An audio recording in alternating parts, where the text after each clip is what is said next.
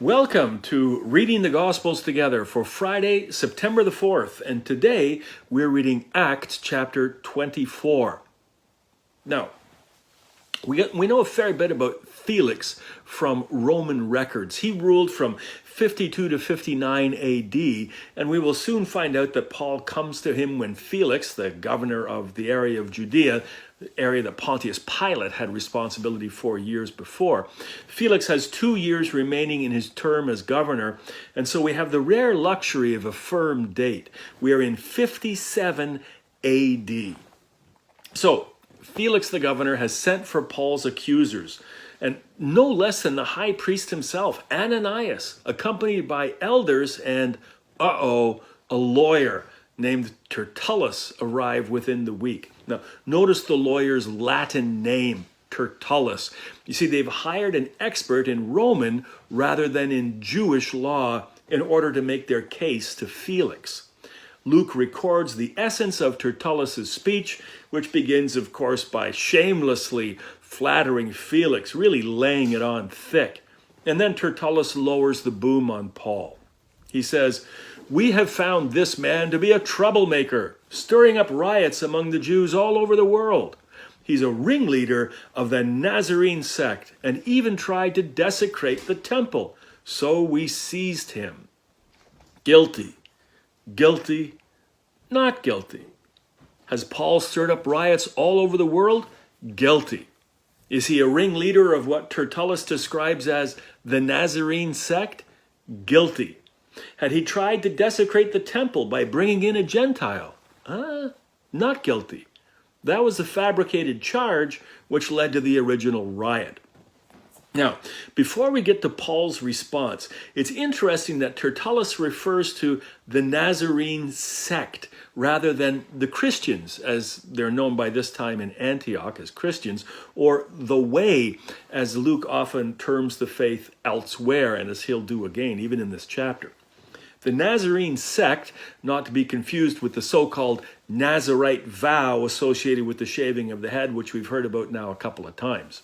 The Nazarene sect refers to followers of Jesus who was known as the Nazarene, having been raised in Nazareth. Jesus the Nazarene, Jesus of Nazareth.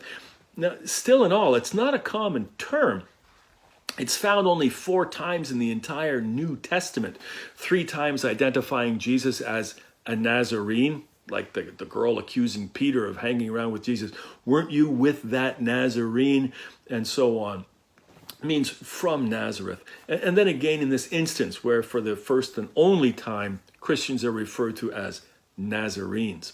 In any case, Paul now has his chance. He sums up the events of the last couple of chapters. Yet another summary of chapters. What's going on with all these summaries? The most interesting of his lines being found in verse 14. Paul says, "I admit that I worship the God of our ancestors as follower of the way, which they call a sect." Paul then goes on to say that he believes everything else proper to a Jew. And so again, the early Jewish Christians, in following Jesus as Messiah, did not see themselves as breaking away from their Jewish faith.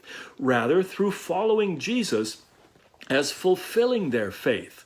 Now that's Paul's point here, that the accusations against him are baseless. He's no more or less than a good Jew. He's just one that happens to follow Jesus as Messiah. Now there's another very interesting line, verse 22.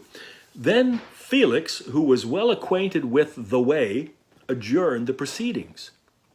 Well acquainted how? Well, we know there's a sizable Christian community in Caesarea by this time. Remember Paul's visit to Philip and his 4 daughters? Philip, known as an evangelist, has doubtless made inroads among the population, which Felix has not failed to notice. We're not told that Felix is sympathetic to the way, but we soon find out that he's curious. In any case, Felix says he'll figure out what to do when the commander who is in charge of the whole thing to Jerusalem comes. In the meantime, Paul's under guard, but he's not imprisoned and he's permitted visits and support from friends. And incidentally, Caesarea did not lose its Christian community, but became one of the primary cities in early Christianity. One of the most important Christian teachers, Origen, had his school in Caesarea in the first half of the 200s. You can visit the very spot from where he taught. Later, Caesarea was home to Eusebius, who was not only bishop of Caesarea, but the most important chronicler of the early church. Much of what we know of the first 3 centuries of Christianity that's not included in the New Testament comes from the pen of Eusebius, who wrote his history of the church in the early 300s. From the time of the conversion of Cornelius, way back in Acts chapter 10, Caesarea is the most important Christian city of which you may never have heard. Anyway, back to Felix. Remember I said he was curious. Luke writes, several days later, Felix came with his wife Drusilla, who was Jewish. He sent for Paul and listened to him as Paul spoke about faith in Christ Jesus. As Paul talked about righteousness, self-control, and the judgment to come, Felix was afraid and said, that's enough for now. You may leave. When I find it convenient, I'll send for you. Apparently, righteousness, self-control, and judgment to come were not in line with how Felix liked to live his life, so rather than responding positively to Paul's presentations, he reacted with fear. Not surprising, insofar as Luke lets us in on Felix's true interests. He writes, at the same time, he was hoping that Paul would offer him a bribe, so he sent for him frequently and talked with him. Paul never did come up with that bribe, but Paul's enemies did, and as a result, Felix kept Paul under house arrest, in prison, Luke now writes, for 2 years. You'd think by now that Paul's opponents in Jerusalem would have forgotten about him, but grudges die hard in the Middle East, as just about any nightly news report can tell you. We'll see just how all this works out next week as we resume our journey and as we begin our final week in Acts with chapter 25. And we'll see you then.